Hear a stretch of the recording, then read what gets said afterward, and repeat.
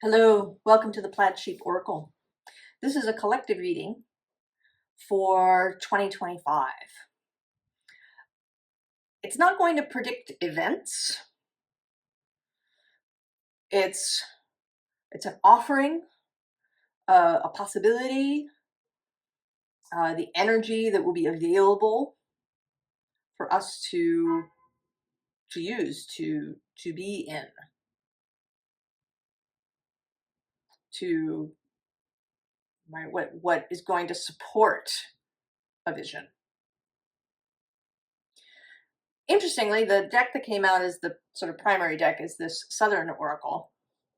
And the card is two peas in a pod.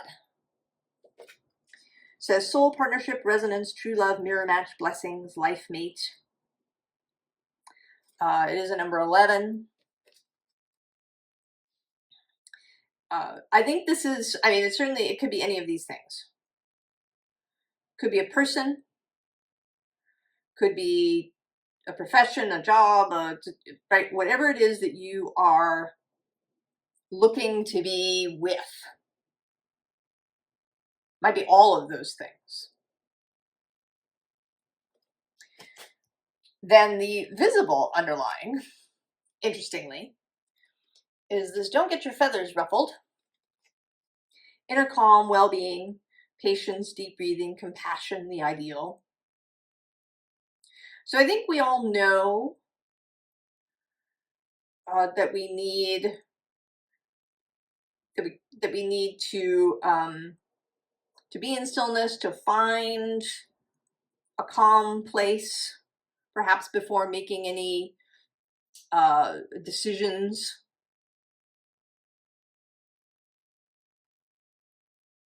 That it's going to, that the year is going to require some calm skills. And then the unseen underlying, and I'm not sure that it's really entirely unseen. I think it's just showing up. It's blowing up a storm. Strong momentum, sudden change, necessary shakeup, transformation, hope. And there is, while there is this tornado, there is also the rainbow. So there is a tower energy, a Uranian energy, some Mars energy showing up.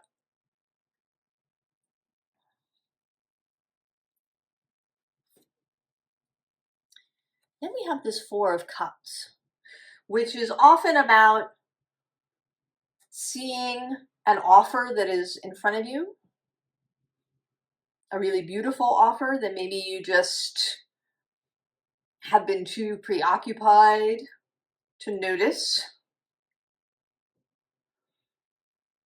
There might be some apathy, there might be some cynicism, perhaps. But in this particular deck, there is this feeling of breaking away from something. I kind of envision the scorpion moving in this line, stretching until it snaps. This willingness to go forward and leave what needs to be left behind. Breaking away from something. And then at the same time, the card under it is this card, which is the Temperance card. But, in the context of this two peas in a pod, these two coming together.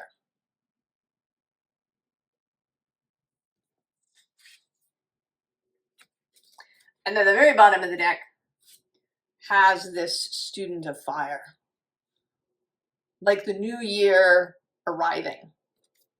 And I find the new year really interesting. On the one hand, it has no astrological basis, if I want to say that. But it has a very serious cultural basis, an energetic basis. A good portion of the 8 billion people on this planet think of it as the new year. And that gives it a lot of energetic potency, regardless of what its origins might be.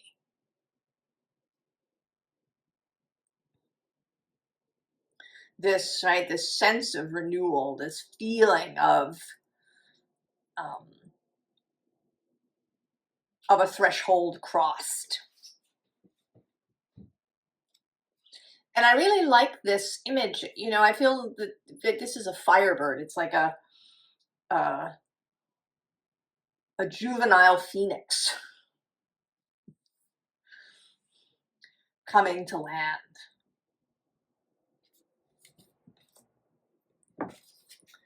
And then we have the scout of fire, this ignition,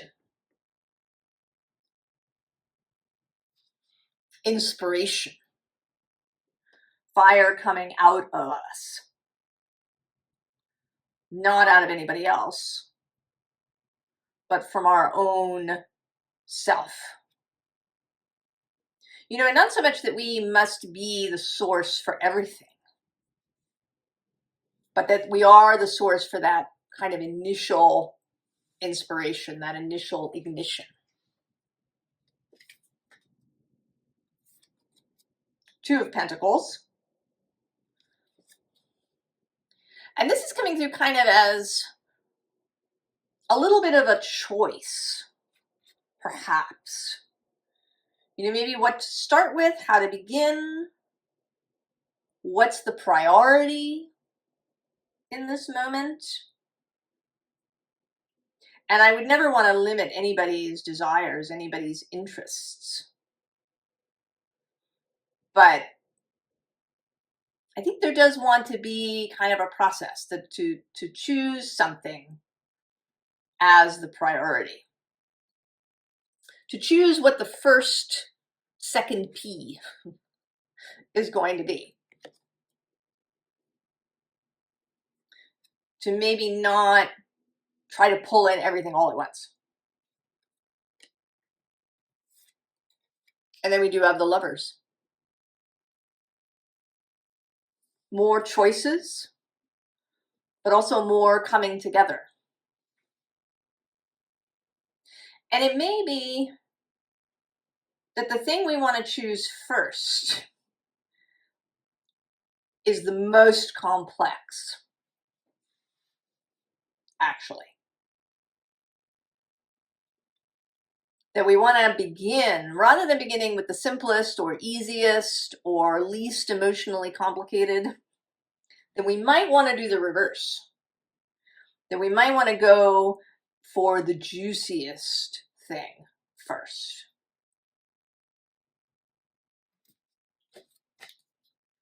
Because we also have strength here. This, very expansive solar Leo energy. All right, to go along with the scout of fire.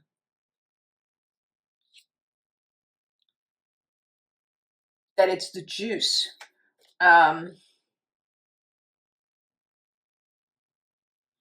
Because the things that are simpler or that we think might be easier, I think they're less inspirational. We might be more inclined to be a little apathetic, to be a little lazy, to be a little disinterested. And it seems like we want to really hit the ground running in a way. You know, maybe not physically, but inspirationally. Because the next card is the Queen of Wands. And right below her, the Three of Wands. And then actually, I'm just seeing now, Mastery and the Emperor. Oh, look, and the Empress. And then the Knight of Wands, Source of Fire. So to attain mastery, we need to be focused. We need to be interested. And if you're not that interested in something, if it's just something nice that you'd like, you might not have the energy, the oomph to gain that mastery. You might lose interest partway. Or it'll be easier to get sucked back in to, whatever this is that you're trying to leave. The bottom of the deck is death.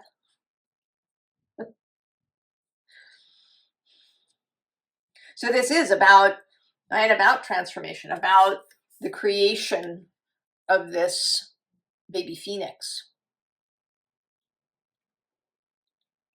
about allowing the thing to die, and that having something really juicy, really compelling is going to help us to do that. Right? We have the Chariot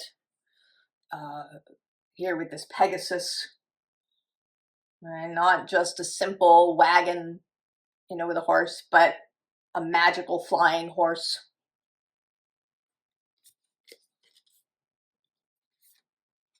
And then there's this despair.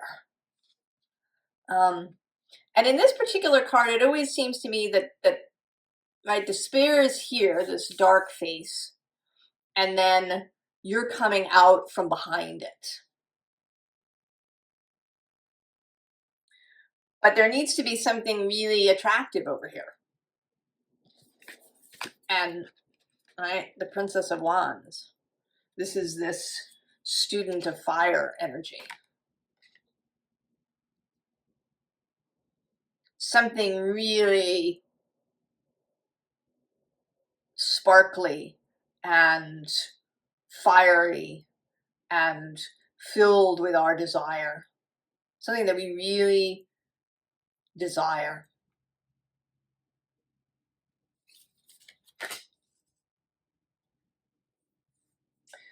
I saw the title of a podcast recently. There was the difference between magic and prayer. And the podcast is by somebody who practices magic, who would think of himself as a magician or a magician. And from my perspective, I didn't actually listen to it, so I can't say what he would say is the difference. But I think that it's, right, prayer, magic, law of attraction, practices of various sorts, intentioning, visioning, all of these things, I think are all essentially the same thing, just seen from different angles. They're all different ways of getting out of our own way. So whatever works for you personally. You might really like magic because it feels, like you really have your hand on the controls, that you have your hands in the clay, you're, right, that you're exerting your will. It's a very solar plexus, sacral chakra kind of thing. Or you might really like, some sort of visioning, maybe where you write things down, or where you daydream and you really focus because maybe you have a lot of intellectual energy and this allows you to channel that. Or you may feel better if you really leave it all up to somebody else. If you state your need, your desire, your wish, and you hand it off in a prayer. And all of this, I think you just find what works for you. That you don't get caught up in it needing to be the right thing. Overall, whatever is right for you. And also, whatever is the juiciest thing for you. It might be romantic love. It might be getting pregnant. It might be starting a business, whatever it is.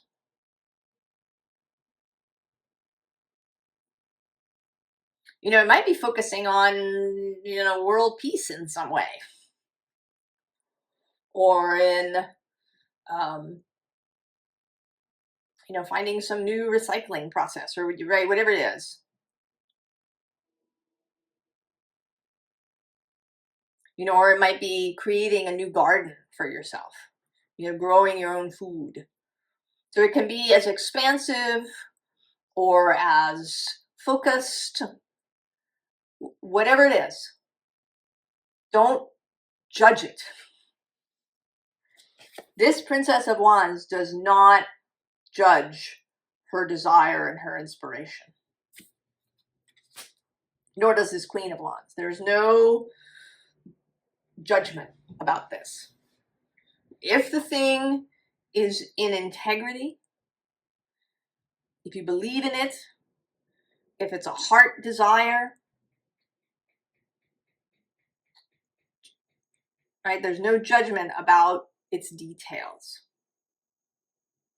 And there's no judgment how you go about, you know, bringing it into being. And maybe this is some of what needs to be left behind here with this relic card. That there's a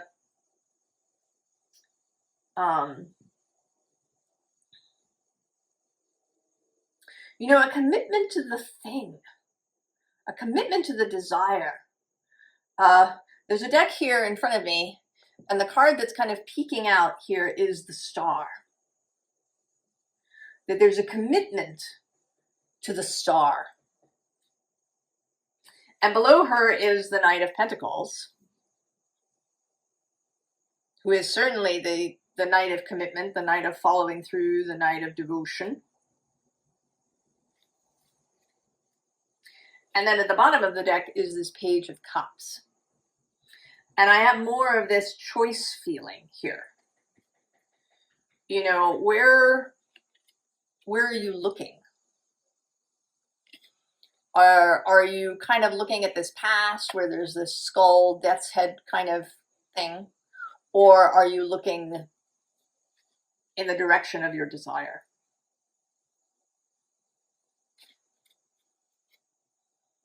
You know, are you getting caught up in past judgments or ideas or, you know, whatever it is? Or are you allowing yourself to really be reborn? I was chatting with a friend and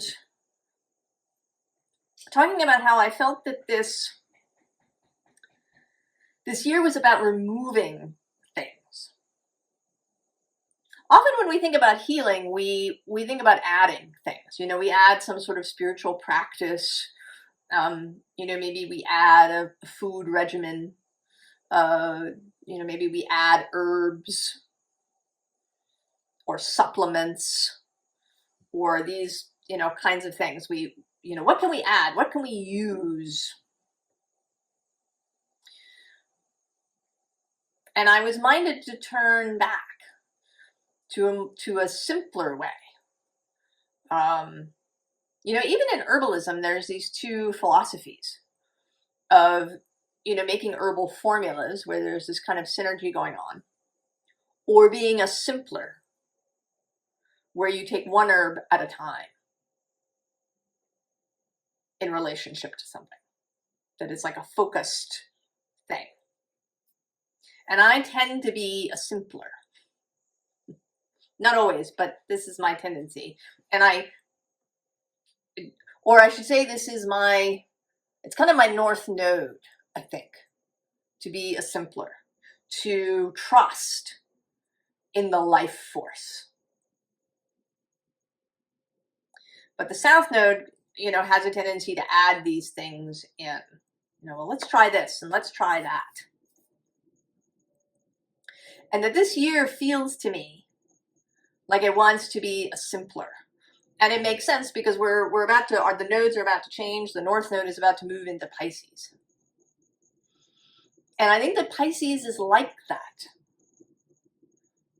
You know, in many ways it is the all, right? It is the sign that crosses all borders, right? It erases borders.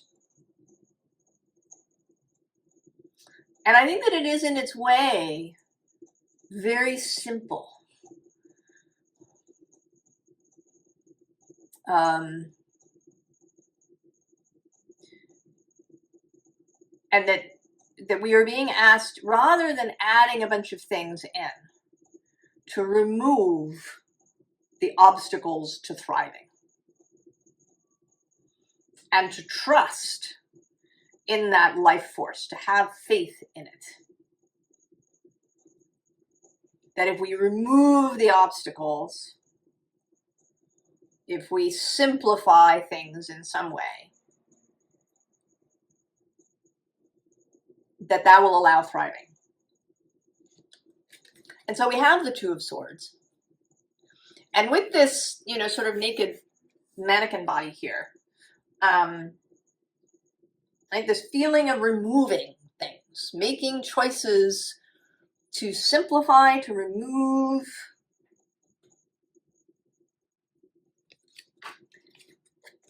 And then with the fledgling, this trust. Right? The fledgling has to have trust to leap off the branch the first time. And it may be that you've been having some failures and some successes with this idea of trust. But that this year there's a real opening for that.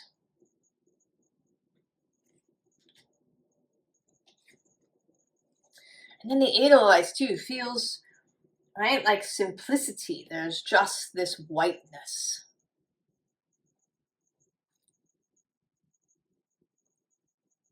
So choosing one priority to be the main thing, choosing that primary, perhaps most complex, whatever is the juiciest desire, and then doing whatever you can to remove the obstacles to thriving.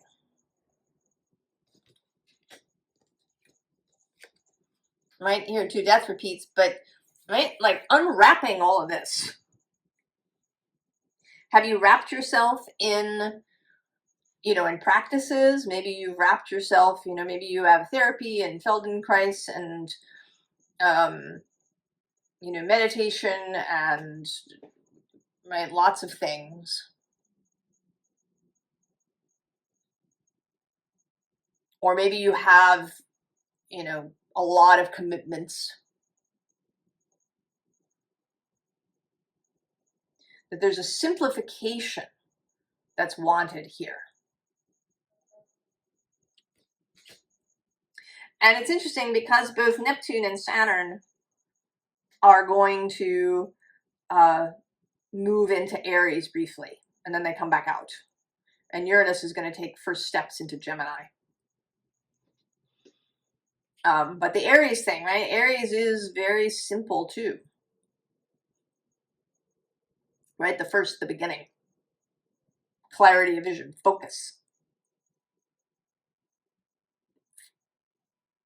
And Pisces can be, also nebulous. Especially with Neptune in there. I think he's been making Pisces more nebulous, more confused. And much of what we see in the world is a response to this feeling of ungroundedness and confusion and chaos, and how do I stabilize myself? And I think that the answer is simplification. Removing, right? Maybe it's, quitting social media. Like really, quitting.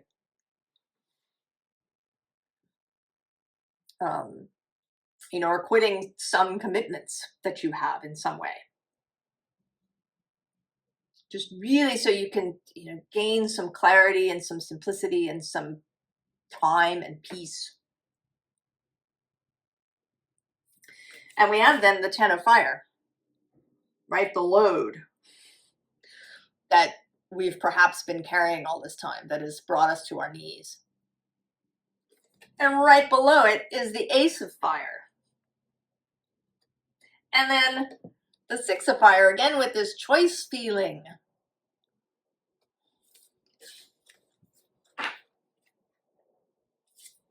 The bottom of the deck is the elder of water.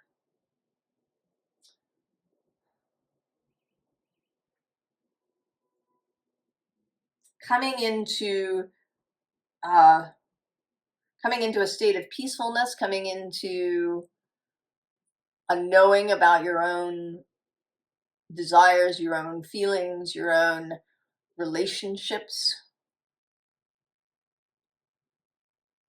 The elder is very clear about these things and has a very mature outlook and response.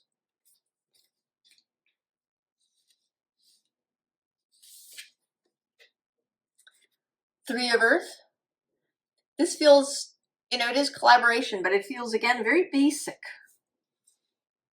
That while we may be choosing the most complex, or at least, maybe the most out of reach feeling desire, or the whatever is juiciest for you in some way, that the way to get there is to simplify.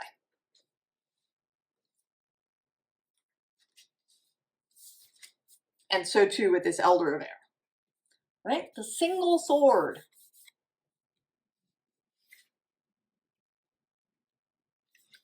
And then the Two of Air, the Two of Swords repeating.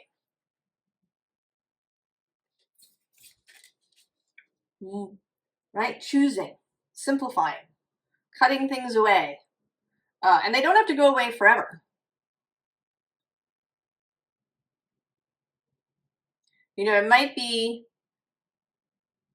that you just put a bunch of things away for a while.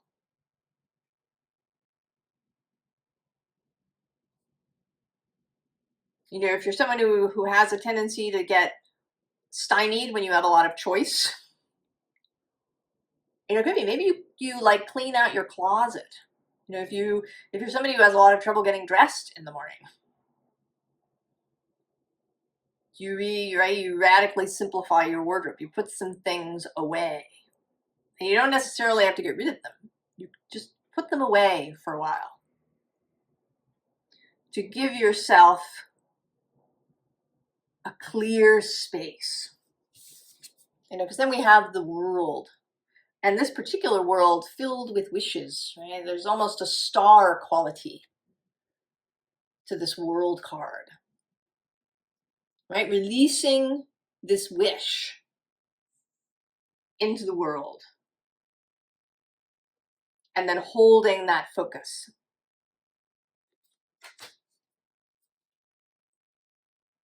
Advice. Formal advice. Are you surprised to see it? The Eight of Cups. And right below it, the Nine of Wands. And then below that, we have Mr. Simplicity, the Hermit. And Mr. Simplicity number 2, the Hanged Man. Also, Pisces, Virgo, nodal aspect. And then both the Three of Wands and the Two of Wands and the Queen of Swords. So choices, clarity, focus. Often people talk about this as delays. And I don't know, I never see it that way. To me, this is often a very active card. He's not just hanging there. He is in a very specific posture. He may not be physically active, running around doing things, but right, all this stuff is happening in his head. This is a very active card for me. It's just not physically active. This isn't about Mars moving around. Or if it is, it's, kind of Mars in Gemini or Aquarius.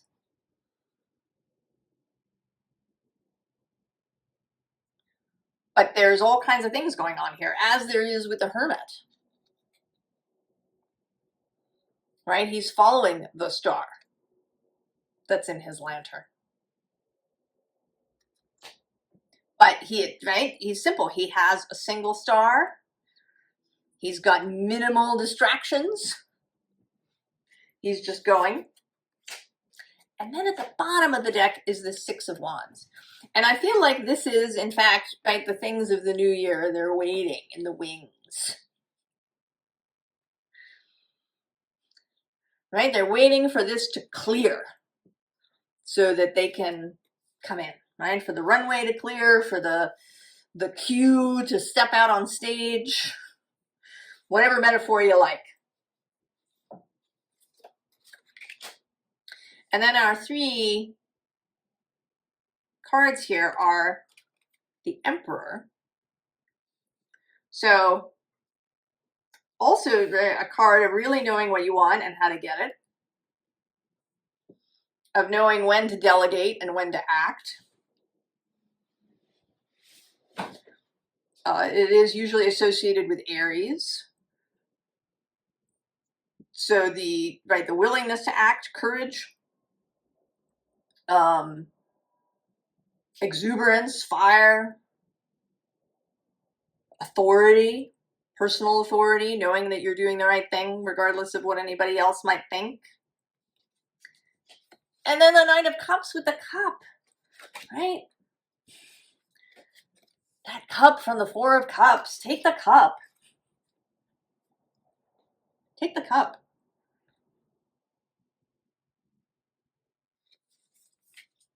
Right? You've left all of these cups behind. And that's absolutely appropriate. And it may even be, you know, that these cups are not gone forever. That they've just been set aside for the moment. And this may not even be for the whole year.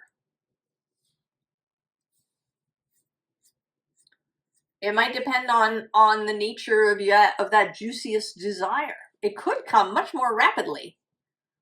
You know, you clear the decks, you focus, you do the thing, and suddenly it's there. So it might be that, you know, even somewhere later in the year, you go back and get another cup. And then Justice. Alignment. Natural justice. Setting things to rights. Also truing something. Or plumbing, right? Like in carpentry. Where you make an angle true. You know, if you're going to hang a shelf, right, you want it to be leveling, truing it, using a plumb line to know if something is in balance, if it's been trued. Harmony also, and Venus energy. So the other cards that came out sort of here, a little extra at the end, are from the Dreamgate Oracle. And the card that came out is this Enchanted Forest. I love this card. It says, nervous system support, deep breath, grounding.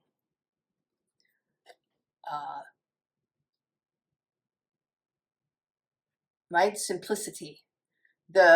And that life force energy, the viriditas, the chi, the prana, whatever you want to call it.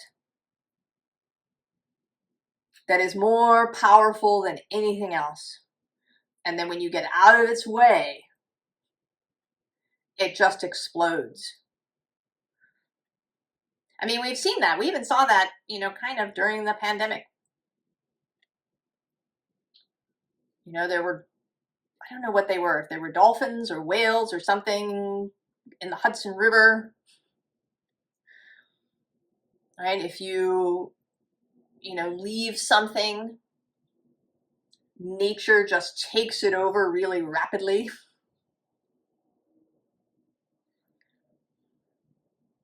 We often see that, you know, if you've watched any videos about rescued animals, that, you know, when whatever the major stressor is removed and they just have some good food and peace, that they come back really fast. It's powerful. It's more powerful, that energy, that life force that just wants, right? It's this rainbow. And then there were 2 underside cards that I want to show. One is this Akashic Flow. Now that says tapping in, ancient library, and awakening. And it feels more today kind of like the, I don't know, like the flow of time, you know, or the flow of energy. And then more importantly, right below that, kind of below this flow state of energy, is choose your adventure.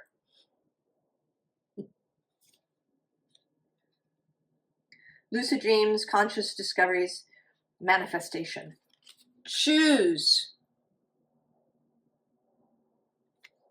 We also have below that, I'm just seeing, duality. Paradigm shift, equilibrium, balance, temperance, justice. I'm going to add that, although it's not here. And then below that, I'm going one more. The desert. Authentic self, transcendence, courage, genesis. But, right, simplicity. I think, you know, there are reasons why faiths, religions come out of the desert. Right? Because it's simple. There's a lack of distractions and complications. Simplify. Remove things that are obstacles and barriers to thriving. And choose the juice. Choose what is most fiery, what really revs you up, what will hold your attention, hold your focus, hold your desire, hold your fire.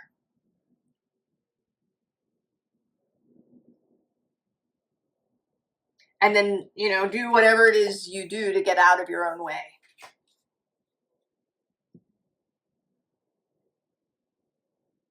I think there are tremendous possibilities in the new year. And I hope that you all really embrace this. Embrace your own desire, your own power, your own fire, your own life force.